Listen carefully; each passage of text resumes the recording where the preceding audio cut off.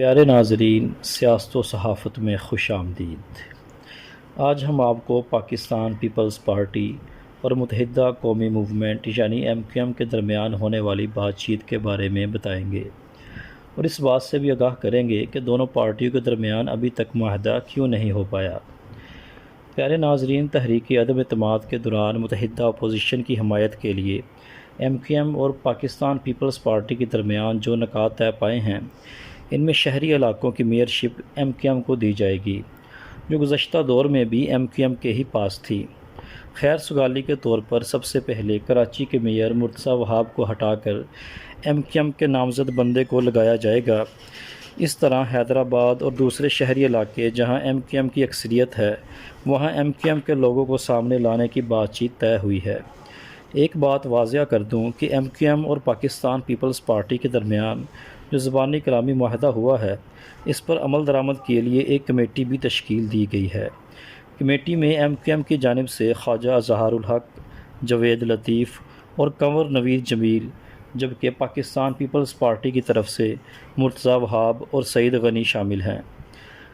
آئیے اب دوسرے نکات پر بات کرتے ہیں۔ پیارے ناظرین، سابق صدر آصف زرداری نے MQM کے سندھ کابینہ میں 2 وزیر اور 2 مشیران کے مطالبات کو بھی تسلیم کر لیا ہے۔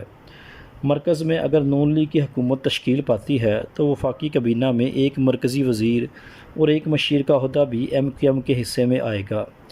MQM نے سندھ کابینہ میں بلدیات کی وزارت بھی طلب کی ہے۔ وزیر اعلیٰ سندھ مراد علی شاہ اور صوبائی کابینہ کے بہت سے وزراء نے اس پر اعتراض کیا تھا، لیکن آصف زرداری اور بلاول بھٹو کے سمجھانے بجانے پر وزیر اعلیٰ سندھ بلدیات کی وزارت بھی MQM کے دینے پر رضامند ہو گئے ہیں۔ MQM اور پاکستان پیپلز پارٹی کے درمیان 2 نکات پر ڈیڈ لاک پایا جاتا ہے۔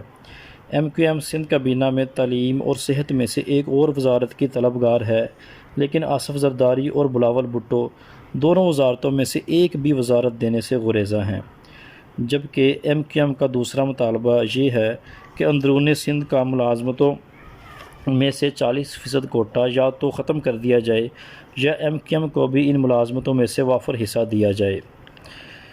اس مطالبہ پر آصف علی زرداری نے 2 ٹوک انداز میں جواب دیتے ہوئے کہا کہ ہم آپ کا یہ مطالبہ تسلیم نہیں کر سکتے، کیونکہ وزیر اعلیٰ سندھ اتنے سخت ہیں کہ وہ میرٹ پر ملازمتیں دینا چاہتے ہیں۔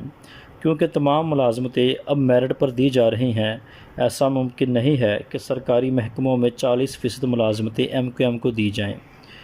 پیارے ناظرین، ان مطالبات کے تسلیم و رضا کے باوجود پاکستان پیپلز پارٹی کی طرف سے تحریری معاہدہ معارضے وجود میں نہیں آیا۔ MQM کے ممبران بارہا مختلف ٹی وی پروگراموں میں اس بات کا اظہار کر چکے ہیں کہ زبانی کلامی یہ کہہ دینا کہ تمام مطالبات مان لیے گئے ہیں، اس سے کام نہیں چلے گا۔ جب تک اس معاہدے کو حتمی شکل نہیں دے دی جائے، ہم زبانی وعدوں کو نہیں مانیں گے۔